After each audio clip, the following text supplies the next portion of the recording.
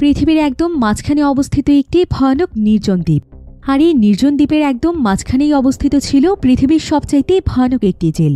তবে অদ্ভুতভাবে এই জেলখানার আশেপাশে কোনো বর্ডার ছিল না, ছিল না কয়েদিদেরকে বন্দি রাখার মতো কোনো ব্যবস্থা। আর কোনো কয়েদি যদি এখান থেকে পালিয়েও যায় তাও তাকে কেউ কিছু বলার মতো ছিল না। কিন্তু তারপরও আজ পর্যন্ত কোনো কয়েদি এই জেলখানা থেকে পালিয়ে যেতে পারেনি, কারণ এই জেলখানার আশেপাশের প্রত্যেকটি জায়গাতেই রয়েছে ভয়ানক মাইন, যেখানে ভুল করে একবার পা পড়লেই মৃত্যু নিশ্চিত। তো ভ্যাকেশনে আসার পর এমনই এক ভয়ানক জেলখানাতে ফেসে যায় বেশ কয়েকজন বন্ধু। আর পরবর্তীতে তারা এই ভয়ানক জেলখানা থেকে পালিয়ে যাওয়ার প্ল্যান করে। কিন্তু যেই জেলখানার পদে পদেই রয়েছে মৃত্যুর ফাঁদ, সেখান থেকে কি পালিয়ে যাওয়া এতটাই সহজ? তো পরবর্তীতে তাদের সঙ্গে কি ঘটেছিল? তারা কি সত্যি সত্যি এমন ভয়ানক জেলখানা থেকে পালাতে পেরেছিল? সেটাই আমরা দেখব আজকের এই মুভিটির গল্পে। তাহলে চলুন ঘুরে আসা যাক দুর্ধর্ষ এক জেল পালানোর গল্প থেকে।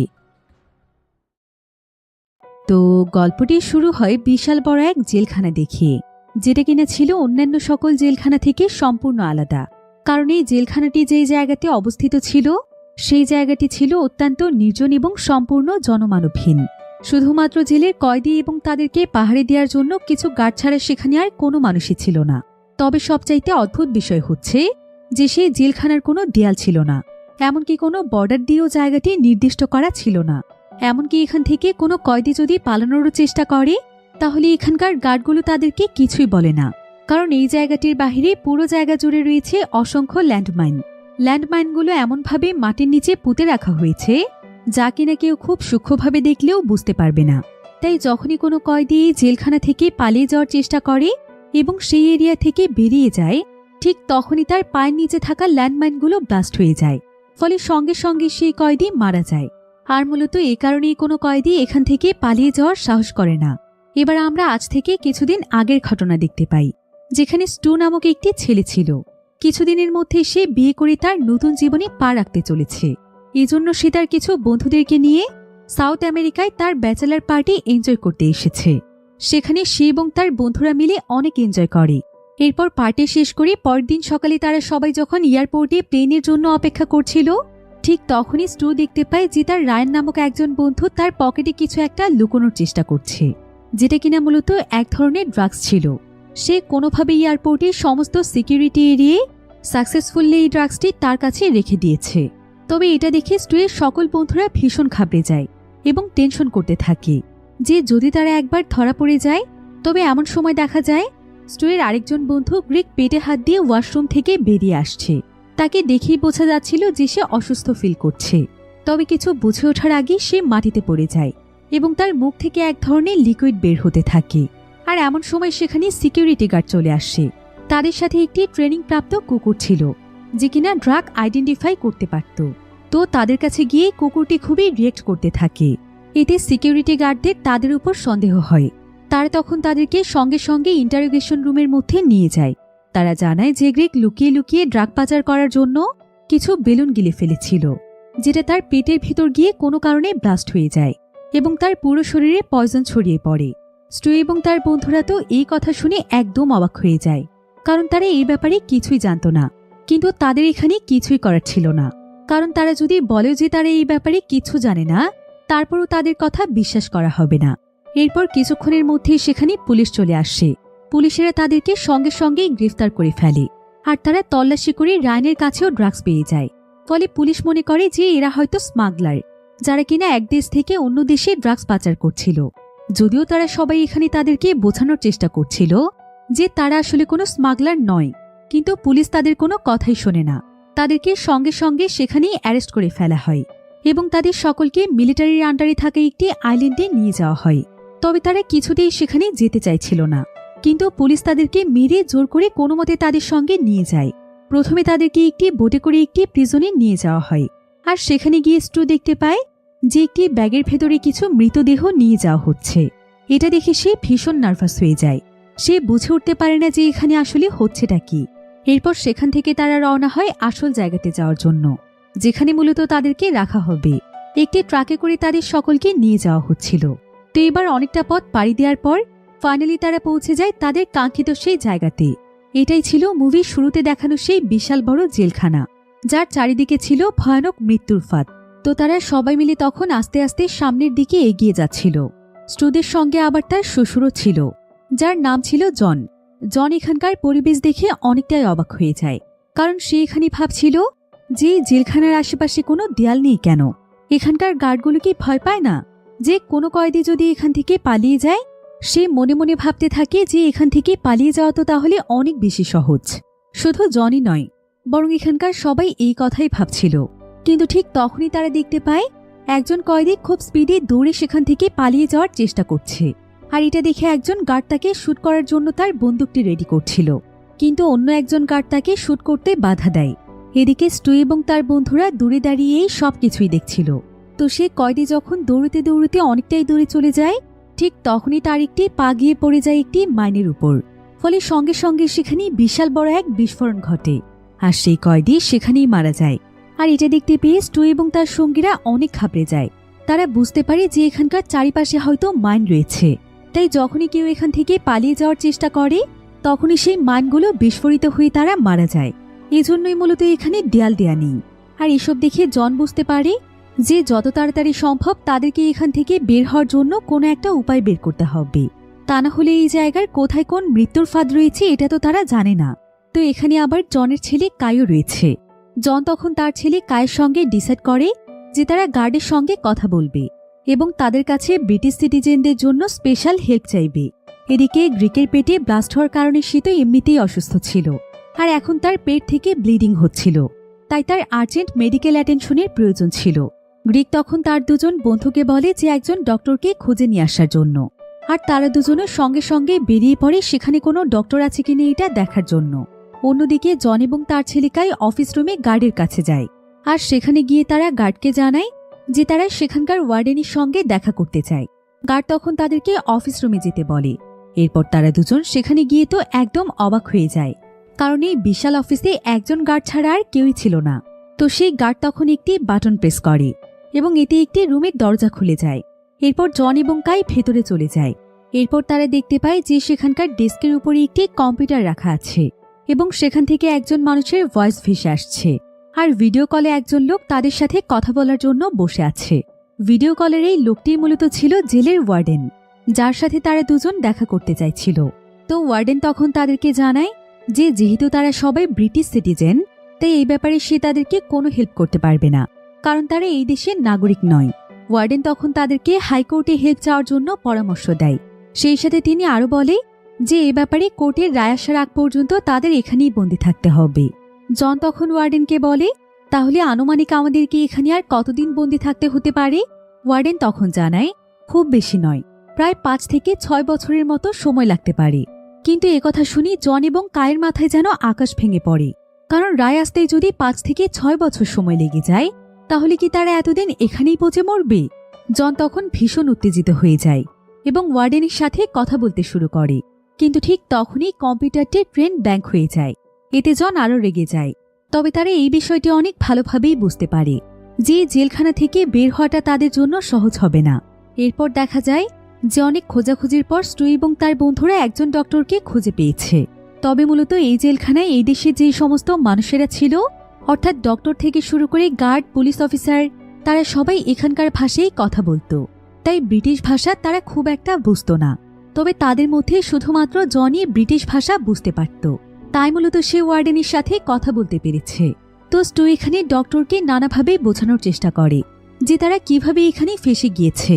তারা কোনো অপরাধী নয়, কিন্তু তাদের ভাষা আলাদা হওয়ার কারণে ডক্টর এখানে কিছুই বুঝতে পারে না। এরপর তারা ইশারার মাধ্যমে তাদেরকে বোঝানোর চেষ্টা করে। তবে এতে করে ডক্টর এক পর্যায়ে ভীষণ বিরক্ত হয়ে যায়। এরপর সে একটি বন্দুক বের করে তাদেরকে থ্রেট দিতে শুরু করে। এতে তারা সবাই অনেক ভয় পেয়ে যায় এবং দুহাত উঁচু করে দাঁড়িয়ে একদম চুপ হয়ে যায়। ডক্টর তখন তাদের পেছন থেকে একটি পর্দা সরিয়ে দেয়। দেখা যায় সেখানে একটি বাথটাবের মধ্যে ডক্টর একজন লোককে আইস ওয়াটারের ভেতরে বেঁধে রেখেছে। এই দৃশ্য দেখে তারা সবাই আরও বেশি ঘাবড়ে যায়। তারা সেখানেই দাঁড়িয়ে সাহায্যের জন্য চিৎকার করতে থাকে। ভিডিওর এই পর্যায়ে আপনাদেরকে সবচাইতে বিশ্বস্ত একটি বুকমেকার অ্যাপের সঙ্গে পরিচয় করিয়ে দিতে চাই, যার অফিসিয়াল পার্টনার হচ্ছে সিরিয়া এবং পিএসজি। এই অ্যাপে আপনি সমস্ত লাইভ ম্যাচের ফলাফল এবং লাইভ ম্যাচ দেখতে পারবেন, এমনকি আপনি স্কোরও অনুমান করতে পারেন। এই অ্যাপে রয়েছে ক্র্যাশ গেম থেকে শুরু করে online slot, live match streaming, এবং রিয়েল টাইম গেমিং, যেখানে আপনি আইফোন, ল্যাপটপ, এমনকি বিএমডাব্লিউর মতো আশ্চর্যজনক পুরস্কার জিততে পারেন। কিন্তু সবার সেরা পছন্দ অবশ্যই চিকেন রুট। এই গেমটি খেলে সবাই দারুণ এনজয় করে, তাই যদি আপনি এখনও এটি ট্রাই করে না থাকেন তাহলে আপনি মিস করছেন। নতুন ইউজাররা আমার প্রোমো কোড ব্যবহার করে সাইন আপ করলে 30,000 টাকা পর্যন্ত বোনাস এবং ফ্রি স্পিন পেতে পারেন। আর জেতা টাকা আপনি চাইলে বিকাশ, রকেট, নগদ, ব্যাংক এবং অন্যান্য সহজ পদ্ধতির মাধ্যমে খুব সহজেই তুলে নিতে পারেন। রেজিস্ট্রেশনের জন্য পিন কমেন্টে থাকা লিঙ্কে ক্লিক করুন অথবা গুগলে গিয়ে অনুসন্ধান করুন। আর রেজিস্ট্রেশনের সময় প্রোমো কোড ব্যবহার করুন এবং বোনাস পান। কিন্তু ঠিক তখনই তাদের মধ্যে একজন একটি চেয়ার নিয়ে ডক্টরের মাথায় আঘাত করে, ফলে সাথে সাথেই ডক্টর সেখানে সেন্সলেস হয়ে পড়ে যায়। আসলে তাদের কাছে এই ডক্টরকে সাইকো মনে হচ্ছিল। এবার এই দৃশ্য দেখে যে লোকটিকে ডক্টর বেঁধে রেখেছিল সেই লোকটি এখানে তাদেরকে তার বাঁধন খুলে দেওয়ার জন্য অনুরোধ করতে থাকে। তবে স্টু এবং তার বন্ধুরা বুঝতেই পারছিল না যে এখানে কি হচ্ছে। তারপরও তারা সেই লোকটির হাতে বেঁধে রাখা রশিগুলো কেটে তাকে মুক্ত করে দেয়। কিন্তু সেই লোকটি এখানে পাগলের মতো আচরণ করছিল। মনে হচ্ছিল তার মাথায় কোনো সমস্যা আছে। সে তখন মাটিতে পড়ে থাকা ডক্টরের সেই বন্দুকটি হাতে নিয়ে কোনো জামা কাপড় ছাড়াই দৌড়ে বাহিরে চলে যায়। এরপর বাহিরে দেখা যায় যে ইউনিফর্ম পরা দুজন নার্স সেখানে একটি স্ট্রেচার নিয়ে আসে, আর তারা গ্রিককে সেই স্ট্রেচারে করে সেখান থেকে নিয়ে যেতে থাকে। তার বন্ধুরা এতে মনে করে যে তাকে হয়তো ট্রিটমেন্টের জন্য নিয়ে যাওয়া হচ্ছে। এরপর জন তখন তার সঙ্গীদেরকে নিয়ে সেই জেলখানার ম্যানেজারের সঙ্গে দেখা করতে যায়, কারণ এই ম্যানেজারই তাদেরকে ডেকে পাঠিয়েছে। জায়গাটি ছিল খুবই সুরক্ষিত, আর এই ম্যানেজারের নাম ছিল সালমা। সালমা তাদের সবাইকে ওয়েলকাম জানায় এবং সবাইকে খুবই রেসপেক্টের সাথে ডাইনিংয়ে বসার জন্য বলে। এরপর সে সবাইকে উদ্দেশ্য করে আরও বলে, আমি শুনেছি গ্রিক একজন মিলিয়নার, কিন্তু সে স্মাগলিং করতে গিয়ে ধরা পড়েছে এবং তোমরা সবাই তার জন্য এখানে আটকে আছো। এরপর সে আরও বলে, এবার তোমরা যদি আমায় 2 লক্ষ US ডলার দাও তবে আমি তোমাদেরকে সেফলি এই জায়গা থেকে মুক্ত করে দিতে পারবো। আর যদি তোমরা আমাকে টাকা দিতে না পারো তাহলে এই জেলখানায় তোমাদেরকে কতদিন থাকতে হচ্ছে সেটা বলা যাচ্ছে না। তবে সালমার এই অফার পেয়ে তারা সঙ্গে সঙ্গে রাজি হয়ে যায়, কারণ এমন ভয়ানক জেলখানায় তারা কখনোই থাকতে চায় না। আর এই জেলখানায় সবাই অনেক অদ্ভুত, তাই যত তাড়াতাড়ি সম্ভব তারা এই জায়গা থেকে বের হতে চায়। কিন্তু এই মুহূর্তে তো তাদের কাছে কোনো টাকাই ছিল না, এজন্য তারা সালমার কাছে সময় চায়। কিন্তু সালমা তাদের সকলের চেহারা দেখিয়ে বুঝতে পারে যে তাদের কাছে অফারটি ভালো লাগেনি। এজন্য সে তার একজন গার্ডকে বলে তাদের সবাইকে গেটের বাইরে বের করে দিতে। তো তারা যখন বাইরে বেরিয়ে যায় তখন একজন অজানা ব্যক্তি তাদেরকে একটি লেটার দেয়। তারা তখন লেটারটি ওপেন করে। আসলে এই লেটারটি ব্রিটিশ অ্যাম্বাসি থেকে তাদেরকে পাঠানো হয়েছে। সেখানে তাদেরকে ইনফর্ম করা হয়েছে যে ব্রিটিশ অ্যাম্বাসি তাদের এই সিচুয়েশনের ব্যাপারে ইনভেস্টিগেশন করবে। এমনকি এই ইনভেস্টিগেশন করতে যদি তাদের 100 বছরের সময় লেগে যায় তবুও এই বিষয়টি তারা তাদের নজরে রাখবে। লেটারটির প্রথম লাইন পড়ে তারা সবাই তো অনেক খুশি হয়ে গিয়েছিল, কিন্তু লেটারটির শেষ লাইনের মাধ্যমেই তারা বুঝতে পারে যে ইনভেস্টিগেশন আসলে কেমন হতে চলেছে। তাদেরকে শুধু ফর্মালিটি হিসেবে একটি লেটারই পাঠানো হয়েছে। এই ব্যাপারে মনে হয় না যে কেউ কোনো গুরুত্ব দেবে। কিন্তু জন তখন সবাইকে আশা দিয়ে বলে, অ্যাটলিস্ট অ্যাম্বাসি তো আমাদের বিষয়টি জানতে পেরেছে এবং এ ব্যাপারে ইনভেস্টিগেশন করবে বলেছে। আর হতে পারে এই 100 বছরের কথাটি শুধুমাত্র একটি কথার কথা। তার বিশ্বাস আছে যে অবশ্যই কেউ না কেউ তাদেরকে এখান থেকে বের করে নিয়ে যাবে। তো এমন সময় একজন অচেনা কয়েদি তাদেরকে বলে অ্যাম্বাসি অলরেডি তাদের জন্য একটি সেল অ্যারেঞ্জ করেছে। তো কিছুক্ষণ পরেই তাদেরকে সেই সেলটিতে নিয়ে যাওয়া হয়। আর সেখানে গিয়েই তারা একজন গ্যাংস্টার টাইপের লোককে দেখতে পায়। তার নাম ছিল ব্যাংকো। সেখানে একটি মেয়েও ছিল। মেয়েটি নিজেও ছিল একজন কয়েদি। তো তারা সেখানকার কোনো কিছু বুঝে ওঠার আগেই গ্যাংস্টারটি এখানে তাদেরকে বলে, স্টু এবং তোমাদের মধ্যে যে কোনো একজনকে আমায় 2টো কিডনি দিতে হবে। একজন ডক্টর তোমাদের জন্য সবকিছু অ্যারেঞ্জ করবে। এরপর সে আঙুল দিয়ে একজন ডক্টরকে দেখিয়ে দেয়। এদিকে লোকটির কথা শুনে তারা তো একদম অবাক হয়ে যায়, কারণ জেলখানায় তাদেরকে বন্দি থাকতে হবে, তাহলে তাদেরকে কিডনি কেন দিতে হবে? এরপর ধীরে ধীরে একজন ডক্টর তাদের দিকে এগিয়ে আসতে থাকে। তারা এখানে দেখতে পায় যে এটা তো সেই ডক্টর যাদের কাছে তারা গ্রিডের ট্রিটমেন্টের জন্য গিয়েছিল, কিন্তু পরবর্তীতে তারা সেই ডক্টরের উপর হামলা করে সেখান থেকে পালিয়ে এসেছিল। এখন এই ডক্টরকে দেখে তারা আরও অনেক বেশি ভয় পেয়ে যায়। ডক্টর তখন একজনের দিকে আঙুল দেখিয়ে বলে, এই যে এই ছেলেটি, এই আমাকে আঘাত করেছিল এবং এর জন্যই আমার কিডনি হারাতে হয়েছে। একথা শোনা মাত্রই কোনো কিছু বুঝে ওঠার আগেই ব্যাংকো সেই ছেলেটির মাথায় শুট করে মেরে ফেলে। আর ক্ষতিপূরণ হিসেবে সেই ছেলেটির কিডনি নিতে চায়। এদিকে এই দৃশ্য দেখে সকলেই অনেক ঘাবড়ে যায় এবং তারা ভয়ে সেখানে কাঁদতে শুরু করে, কারণ তারাও কিছুক্ষণ আগে ডক্টরের উপর হামলা করেছিল। এরপর সেই মৃত ছেলেটিকে একটি বেডে শুয়ে রাখা হয়। ব্যাংকো তখন সেই কয়েদি মেয়েটিকে বলে সেই ছেলেটির শরীর থেকে কিডনি বের করে নিয়ে আসার জন্য। এমনকি সে মেয়েটিকে কিডনি বের করে আনার একটি সহজ উপায় বলে দেয়। সে তাকে বলে, অ্যাট ফার্স্ট কিডনি আসলে কোথায় আছে সেই জায়গাটি তোমাকে চিহ্নিত করতে হবে। এরপর সেখানকার স্কিন কেটে ফেলে নিজের হাত ঢুকিয়ে দিতে হবে এবং আস্তে আস্তে সেখান থেকে কিডনি বের করে নিয়ে আসতে হবে। তো তার কথা মতো ঠিক এভাবেই ছেলেটির পেট থেকে কিডনি বের করে নিয়ে আসা হয় এবং কাজটি করা হয় তাদের সবার সামনে। মেয়েটি অনেক ভয়ে ভয়ে কাজ করছিল, কারণ এই ধরনের কাজ সে প্রথম করছে। তো এবার একটি কিডনি বের করে সে একটি নির্দিষ্ট জায়গাতে রাখে, কিন্তু দ্বিতীয় কিডনিটি বের করতে গিয়ে সে সেটা ভুলবশত হাত থেকে ফেলে দেয়। এতে ব্যাংকো ভীষণ রেগে যায় এবং সে আরও একটি কিডনির জন্য বাকি লোকদেরকে প্রস্তুত থাকতে বলে। সে সকলকে ডিসাইড করতে বলে যে কে তাকে নিজের কিডনি দেবে।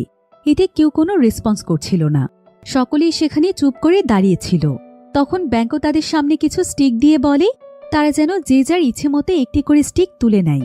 তো এরপর সবাই স্টিক তুলে নেওয়ার পর সে সবাইকে বলে যে তোমাদের মধ্যে যার স্টিক সবচাইতে ছোট থাকবে সেই এখন আমাকে কিডনি দেবে। তো দেখা যায় সবচাইতে ছোট স্টিকটি রয়েছে জনের হাতে। এখন রুলস অনুযায়ী জনকে কিডনি দিতে হবে, কিন্তু ডক্টর জনের কিডনি নেওয়ার জন্য রাজি হয় না, কারণ সে ছিল অনেক বয়স্ক। এবার জনের পরে সবচাইতে ছোট স্টিক ছিল তাদের হিউগো নামক একজন বন্ধুর হাতে। এজন্য ডিসাইড করা হয় যে হিউগোর কাছ থেকে আরেকটি কিডনি নেওয়া হবে। হিউগো এতে ভীষণ ভয় পেয়ে যায়, কিন্তু এখানে তার কিছুই করার ছিল না। ইনস্ট্রাকশন অনুযায়ী হিউগো তার ড্রেস খুলে বাথটাবে রাখা সেই আইসের ভেতরে বসে পড়ে। কায়ের তখন হিউগোর জন্য ভীষণ মায়া হয়। সে তখন নিজের হাতে থাকা স্টিকটি ভেঙে ছোট করে দিয়ে বলে যে আমার হাতে স্টিকটি সবচাইতে ছোট, তাই নিয়ম অনুযায়ী আমার কাছ থেকে আপনাকে কিডনি নিতে হবে। এরপর সে হিউগোকে বাথটাব থেকে উঠিয়ে নিজেই সেখানে বসে পড়ে, কিন্তু এই ব্যাপারটি তার বাবা জন কিছুতেই মানতে পারছিল না। জন তখন তাকে বাধা দেওয়ার চেষ্টা করে। এজন্য ব্যাংকো তখন সঙ্গে সঙ্গে তার মাথায় বন্দুক তাক করে ফেলে। ঠিক তখনই রুমের ভেতরে একজন এসে ব্যাংকোকে খবর দেয় যে তার বোন সালমা তাকে ডাকছে। ব্যাংকো তখন সঙ্গে সঙ্গে সেখানে চলে যায় এবং সেদিনের মতো কায় সেখানে বেঁচে যায়। ব্যাংকো রুম থেকে বেরিয়ে যাওয়ার সঙ্গে সঙ্গেই সেই কয়েদি মেয়েটি কাঁদতে শুরু করে।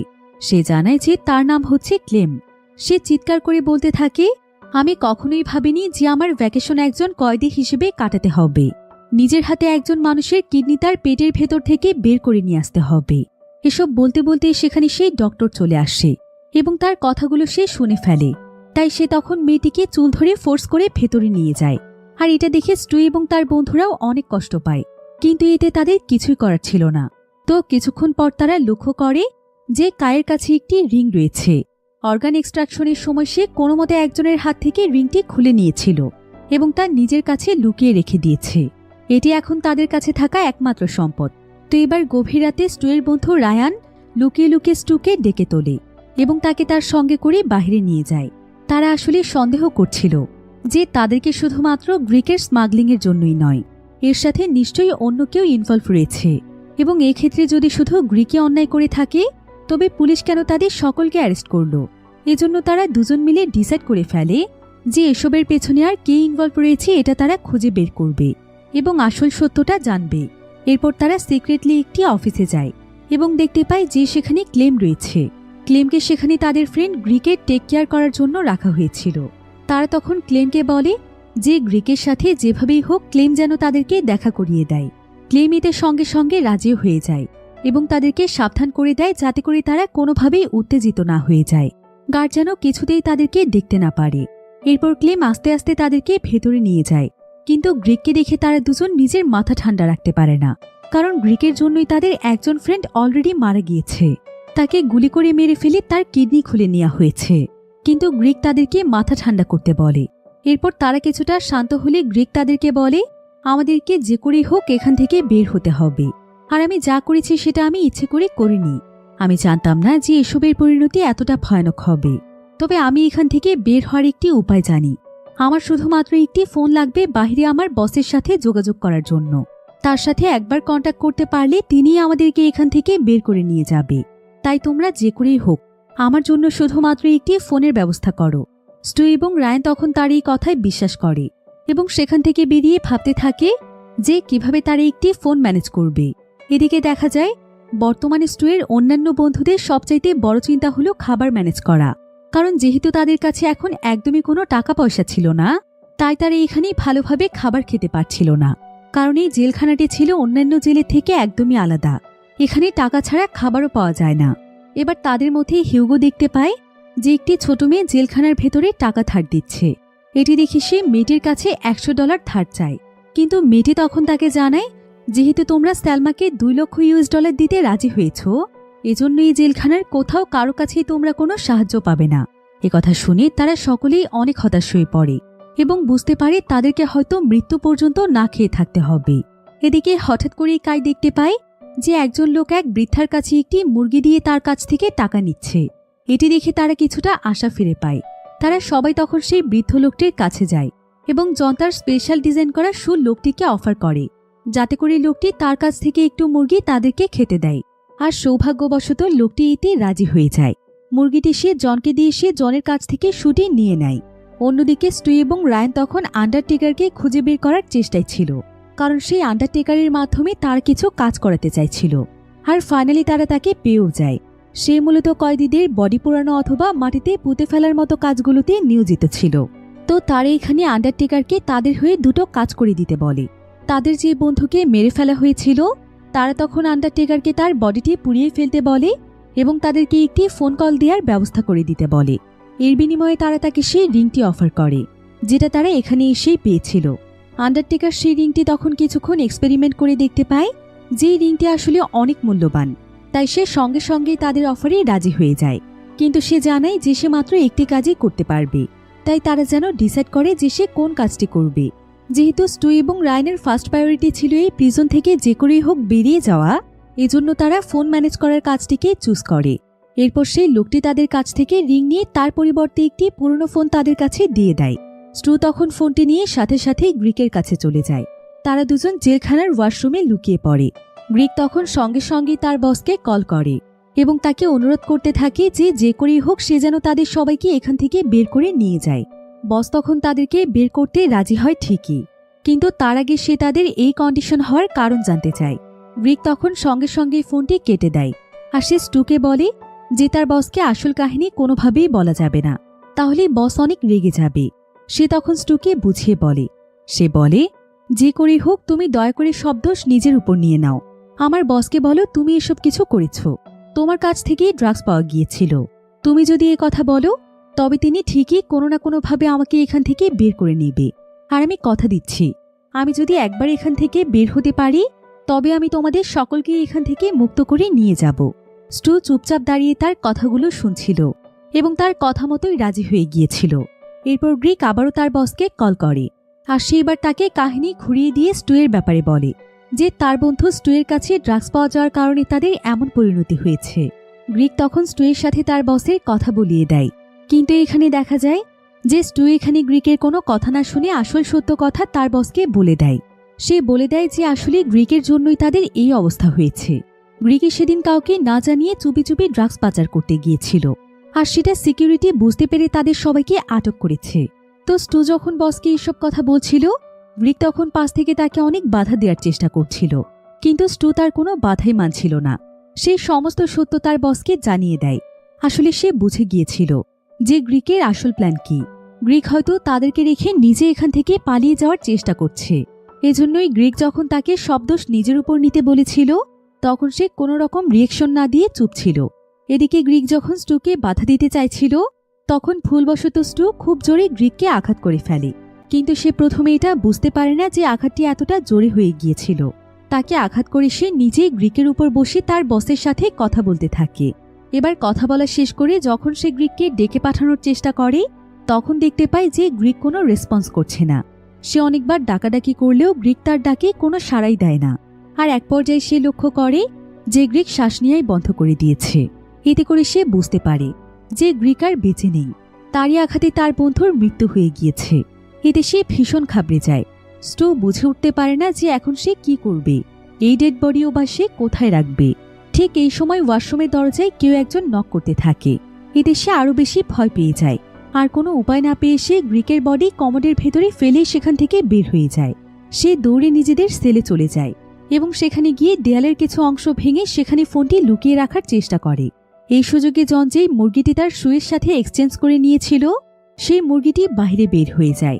এদিকে ফোনটি লুকিয়ে রেখে স্টু যখন বাইরে বের হয়ে আসে তখন হঠাৎ করে সে দেখতে পায় যে উপর থেকে মুরগির একটি পালক নিচে পড়ছে। এরপর উপরে তাকিয়ে সে দেখতে পায় যে একজন লোক সেই মুরগিটিকে ধরে রেখেছে এবং সে তাকে বলছে, ওয়াশরুমে একটু আগে তুমি কি করেছ আমি সব দেখে ফেলেছি। একথা শুনে স্টুয়ার এক মুহূর্তও দেরি না করে লোকটির কাছে চলে যায় এবং তাকে রিকোয়েস্ট করে যে এই ঘটনা যেন তিনি কাউকে না বলেন। তবে লোকটি এর বিনিময়ে স্টুকে তার একটি উপকার করার জন্য বলে। স্টু লোকটির কথায় রাজি হয়ে যায় এবং লোকটিও তাকে চিকেনটি ব্যাক করে দেয়। এবার রাতে যখন সেলে সকলে মিলে একসঙ্গে মুরগিটিকে ফ্রাই করে খাচ্ছিল স্টু তখন সকলকে একটি সাজেশন দেয়। সে এখানে বলে, এই আইল্যান্ডে একটি ফ্যাক্টরি রয়েছে, আমাদের উচিত সেখানে কাজ করে টাকা উপার্জন করা, আর না হলে আমাদের এখানে না খেয়ে মরতে হবে। স্টুয়ের সমস্ত সঙ্গীরা তার এই কথায় রাজি হয়ে যায় আর পরের দিন সকালে সবাই মিলে ফ্যাক্টরিতে চলে যায় কাজ করার জন্য। কিন্তু হিউগো সেখানে মিসিং ছিল। তাকে স্যালমা নিজের অফিসে ইনভাইট করেছে। স্যালমা আসলে হিউগোকে খুবই আশ্চর্যজনক একটি কাজের জন্য ডেকে পাঠিয়েছে। আসলে নিজের ভাই ব্যাঙ্কোকে মার্ডার করার জন্য সে হিউগোকে নিজের অফিসে ডেকেছে। সেই হিউগোকে একটি মাইন্ড দিয়ে বলে সেটি সুযোগ বুঝে ব্যাঙ্কোর রুমের মাটির নিচে রেখে দেওয়ার জন্য। হিউগো এই কাজটি করতে রাজি হয়, কিন্তু তার একটি কন্ডিশন, এখান থেকে তাকে মুক্ত করতে হবে। সালমাও তখন তার প্রস্তাবে রাজি হয়ে যায়, কিন্তু সে বলে, আমি শুধুমাত্র তোমাকেই মুক্ত করব, তোমার বন্ধুদেরকে নয়। এবার পরের দিন দেখা যায় সালমা হিউগোকে তার সাথে নিয়ে তার বসের কাছে যায়। সেখানে বস ক্লেম নামে সেই মেয়েটিকে ইনভাইট করেছিল, কারণ সে ছিল একজন মেডিকেল জিনিয়াস। এজন্য বস তাকে খুবই রেসপেক্টফুলি ইনভাইট করে। তো সেখানে যখন হিউগো এবং ক্লেম একা কথা বলার সুযোগ পায় তখনই হিউগো ক্লেমকে সালমার প্ল্যানের ব্যাপারে সবকিছু জানিয়ে দেয় এবং তাকে বলে এই সুযোগটি কাজে লাগানোর জন্য। হয়তো এই সুযোগটি কাজে লাগিয়ে তারা দুজনেই এখান থেকে বের হয়ে যেতে পারবে। ক্লেমও এই ব্যাপারটি খুব ভালোভাবেই বুঝতে পারে। এরপর বস তাদেরকে লাঞ্চের জন্য ডেকে পাঠায়। বস খুবই খুশি ছিল এরকম একজন মেডিকেল জিনিয়াসের সঙ্গে মিট করতে পেরে, কিন্তু ক্লেম বসের সাথে ভালোভাবে কথা না বলে সবার আগে সালমার সাথে পার্সোনালি কথা বলতে চায়। এরপর তারা দুজন বাইরে চলে যায় একা কথা বলার জন্য। সেখানে ক্লেম তখন সালমাকে থ্রেট করে বলে, আমি তোমার প্ল্যানের ব্যাপারে কিন্তু সবকিছু জানি, তুমি যদি আমায় এখান থেকে মুক্ত না করো তবে আমি বসকে সবকিছু বলে দেব। একথা শুনে সালমা তাকেও মুক্ত করতে রাজি হয়ে যায়, কিন্তু তার একটি কন্ডিশন ছিল। প্রথমত ক্লেমকে বসের লিভার ট্রান্সপ্ল্যান্ট সার্জারি কমপ্লিট করতে হবে। ক্লেম এতে রাজি হয়ে যায়, কিন্তু আসলে সত্যি বলতে তারা যেভাবে ভাবছিল কোনো কিছুই সেরকম সহজ ছিল না। এদিকে দেখা যায় স্টু সেই লোকটিকে ফ্যাক্টরির একেবারে আন্ডারগ্রাউন্ডে পৌঁছে যাওয়ার জন্য হেল্প করছে, যার সঙ্গে গতকাল রাতে মুরগি নিয়ে ডিল হয়েছিল। তো সেখানে একটি সুড়ঙ্গ রয়েছে যার গেট চলে গিয়েছে সোজা সমুদ্রের দিকে। সেই গেটে পৌঁছতেই সে বুঝতে পারে যে সেখানেও গার্ডের কড়া পাহারা রয়েছে।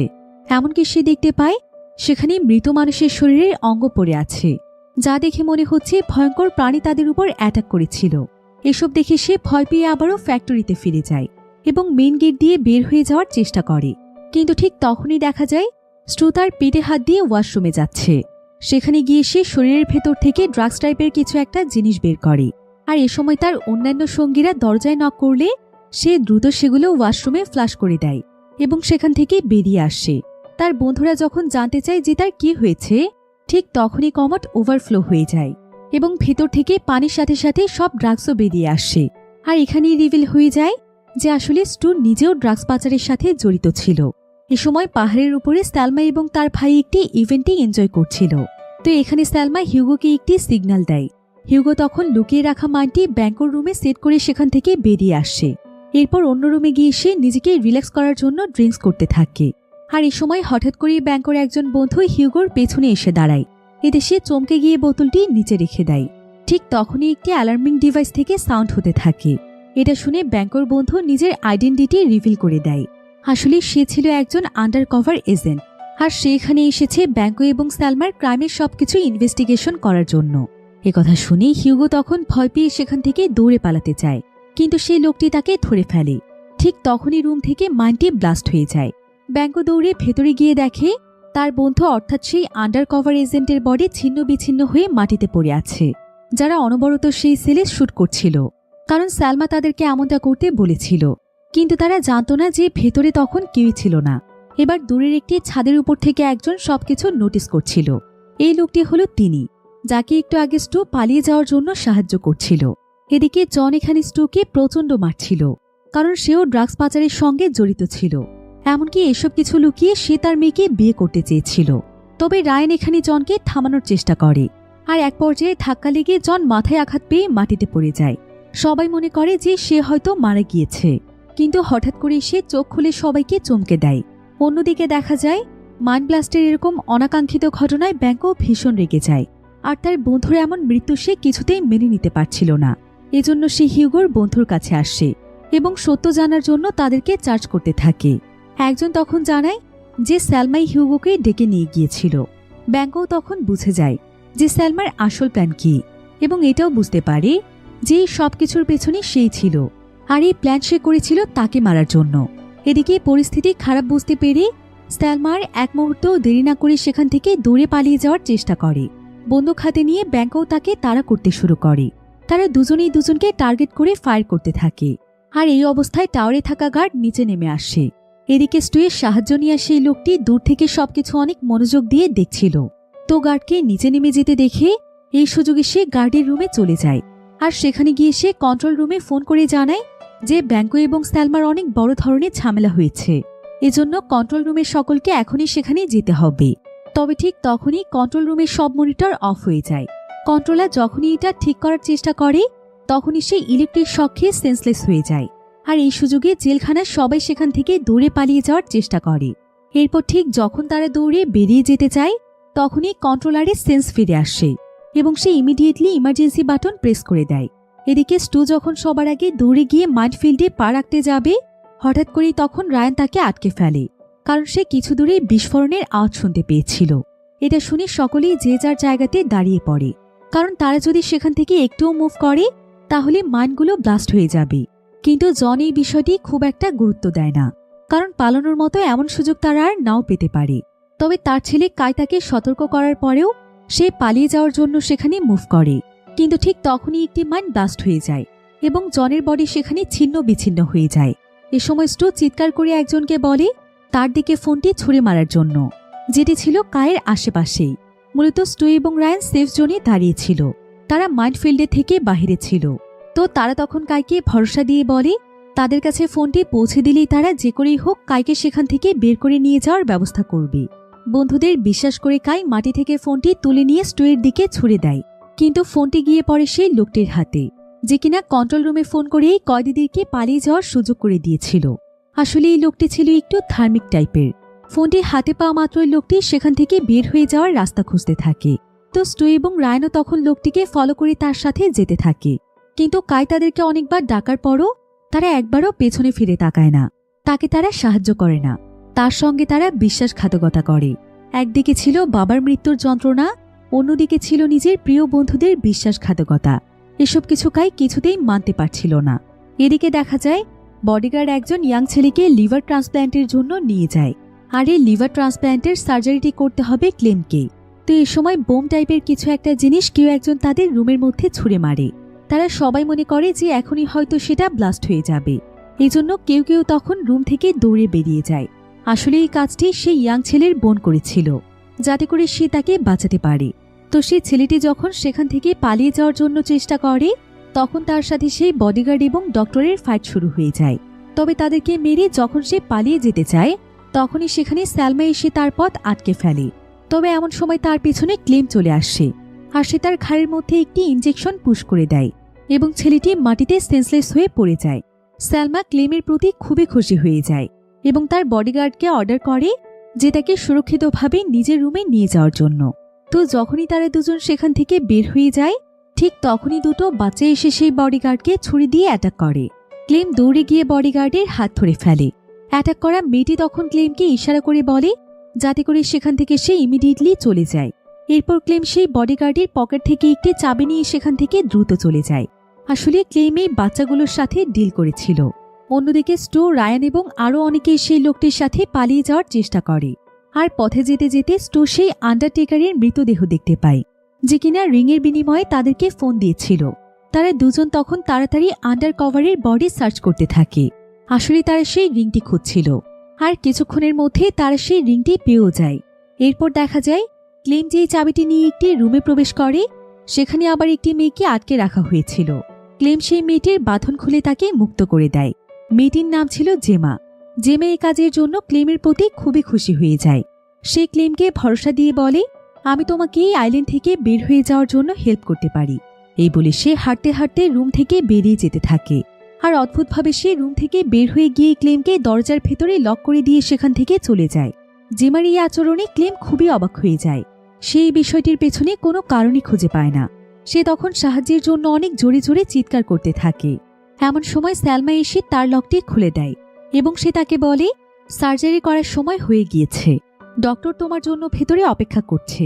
এরপর তারা দুজন ডক্টরের কাছে যায়, কিন্তু ডক্টরের রুমে গিয়ে তারা দুজন ভীষণ অবাক হয়ে যায়, কারণ তারা দেখতে পায় যে ডক্টরের মৃতদেহ বাথটাবে পড়ে রয়েছে। ক্লেম দৌড়ে ডক্টরের কাছে যায় তার পালস চেক করার জন্য, কিন্তু ঠিক তখনই জেমা এসে তার উপর অ্যাটাক করে বসে।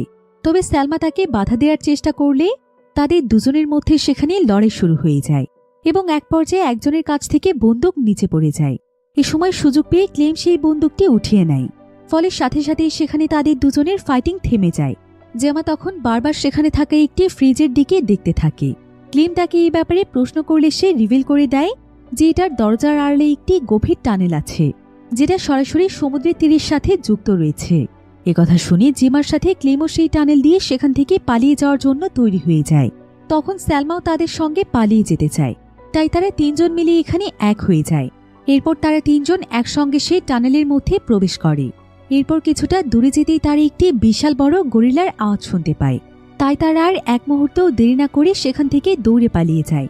এমন সময় হঠাৎ করে স্যালমা একটি ডেড বডি দেখতে পায়, যেটা কিনা ছিল তার বসের। তারা বুঝতে পারে যে তিনিও হয়তো এই জায়গা থেকে পালিয়ে যাওয়ার চেষ্টা করেছিল, আর তখন গরিলাটি তাকে অ্যাটাক করে এখানে মেরে ফেলেছে।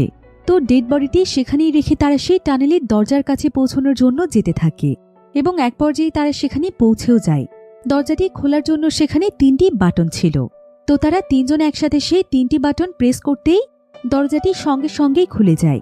এতে তারা তিনজনেই সেখান থেকে বের হয়ে যাওয়ার জন্য আশার আলো দেখতে পায়, কিন্তু এক মুহূর্তের মধ্যেই তাদের সমস্ত আশা শেষ হয়ে যায়। তারা দেখতে পায় স্যালমার ভাই ব্যাংকো আগে থেকেই টানেলের দরজায় দাঁড়িয়ে আছে। সে স্যালমাকে দেখা মাত্রই তাকে শুট করে মেরে ফেলে, কারণ স্যালমার প্রতি তার আগে থেকেই রাগ ছিল। এরপর টানেলের ভেতরে ঢুকে নিজের বোনের মৃতদেহ তুলে নিয়ে ব্যাংকো সেখান থেকে চলে যায়। তবে সে এখানে জেমা বা ক্লেমকে কিছুই বলে না, কারণ সে জানত তারা কখনোই এখান থেকে বের হয়ে যেতে পারবে না। তো ব্যাংকো সেখান থেকে চলে যাওয়ার পরই ক্লেম দ্রুত সেখানকার উপরে উঠে দরজার বাহিরে বেরিয়ে যায় এবং জেমা সেখান থেকে বের হওয়ার আগে সে দরজাটি লাগিয়ে দেয়। ফলে জেমা ভেতরেই আটকা পড়ে যায় এবং গরিলাটি এসে তাকে খুব বাজেভাবে আক্রমণ করে। সে সাহায্যের জন্য চিৎকার করতে থাকে, আর ক্লেম দরজার বাহিরে দাঁড়িয়ে সেই সবকিছু শুধু তাকিয়ে দেখতে থাকে, কারণ এই জেমাও তার সাথে বিশ্বাসঘাতকতা করেছিল। এদিকে দেখা যায় অনেক চেষ্টার পরে রায়ন এবং স্টু সেই টানেল দিয়ে বের হয়ে আসতে সক্ষম হয়, আর সেখান থেকে বেরিয়ে তারা সোজা চলে যায় সমুদ্রের তীরে। তবে রায়ন খুবই ক্লান্ত হয়ে পড়েছিল, তাই সে সেখানে বসে পড়ে এবং হঠাৎ করে সে দেখতে পায় যে স্টু একটি বড় পাথর হাতে নিয়ে তার দিকে এগিয়ে আসছে। আর কিছু বুঝে ওঠার আগেই সে সেই পাথরটি দিয়ে রায়নের মাথায় আঘাত করে তাকে মেরে ফেলে। আর তাকে মেরে ফেলার পেছনেও একটি কারণ ছিল। আসলে তারা ফ্যাক্টরি থেকে অনেকগুলো ড্রাগস চুরি করে নিয়ে এসেছিল, আর স্টু চাইছিল ড্রাগসগুলো বিক্রি করে সে একাই সব টাকা নিয়ে নেবে। এজন্য সে শুরু থেকেই রায়নকে মেরে ফেলার প্ল্যান করেছিল। অর্থাৎ এখানকার প্রত্যেকটি মানুষই ছিল স্বার্থপর, তারা নিজেদের স্বার্থের জন্যই সবকিছু করছিল। এবার রায়নের বডি সেখানেই রেখে স্টু একটি বোটে উঠে পড়ে, আর সে রওনা হয়ে যায় নিজের শহরে ফিরে যাওয়ার জন্য। কিন্তু হঠাৎ করেই পানি থেকে ক্লেম বোটে উঠে পড়ে। স্টু তাকে দেখে ভীষণ অবাক হয়ে যায়। এদিকে ক্লেম দেখে ফেলেছিল যে স্টু রায়নকে মেরে ফেলেছে, তাই এখন স্টু এর জন্য ক্লেমের বেঁচে থাকাটাও রিস্ক হয়ে গিয়েছে। এদিকে ক্লেম নিজেও বুঝতে পারছে যে স্টু তাকে যে কোনো সময় মেরে ফেলতে পারবে, কারণ সে স্টু এর ব্যাপারে সবকিছু জানতে পেরেছে। তবে এমন সময় হঠাৎ করেই তাদের দুজনের চোখ পড়ে তাদের মাঝখানে থাকা একটি বন্দুকের দিকে। তারা দুজনেই এক দৃষ্টিতে কিছুক্ষণ সেই বন্দুকটির দিকে তাকিয়ে থাকে এবং হঠাৎ করেই সেখান থেকে গুলির এক বিকট আওয়াজ ভেসে আসে। আর তখনই দৃশ্য পরিবর্তিত হয়ে রায়নের কাছে চলে যায়। এখানে দেখা যায় যে রায়ন আসলে মারা যায়নি, সে এখনো বেঁচে আছে। তবে সবকিছুর পর একটি রহস্য থেকেই যায়, তখন আসলে বোটে কে কাকে গুলি করেছিল, ক্লেম স্টুকে নাকি স্টু ক্লেমকে? শেষ পর্যন্ত তাদের মধ্যে কে বেঁচে ছিল, নাকি দুজনেই মারা গিয়েছে, এই বিষয়টি সিরিজটির মধ্যে ক্লিয়ারভাবে দেখানো হয় না। তবে এমনই একটি গভীর রহস্যের মধ্য দিয়েই সিরিজটির গল্পটি এখানেই শেষ হয়ে যায়। কিন্তু শেষ পর্যন্ত এই ভয়ানক জেলখানার সমাপ্তি ঘটেছিল এবং সেই জেলখানা যারা পরিচালিত করছিল শেষমেশ তাদের জীবনেও ধ্বংস নেমে এসেছিল। অর্থাৎ এই জেলখানাটি হয়তো পরবর্তীতে ব্যান করে দেয়া হবে। তো আপনাদের কাছে আজকের এই পুরো গল্পটি কেমন লেগেছে সেটা আমাকে অবশ্যই ভিডিওর নিচে কমেন্ট করে জানাতে ভুলবেন না। আজকের ভিডিও এ পর্যন্তই। দেখা হবে পরবর্তী নতুন কোনো ভিডিওতে। সে পর্যন্ত সবাই ভালো থাকুন, সুস্থ থাকুন। আল্লাহ হাফেজ।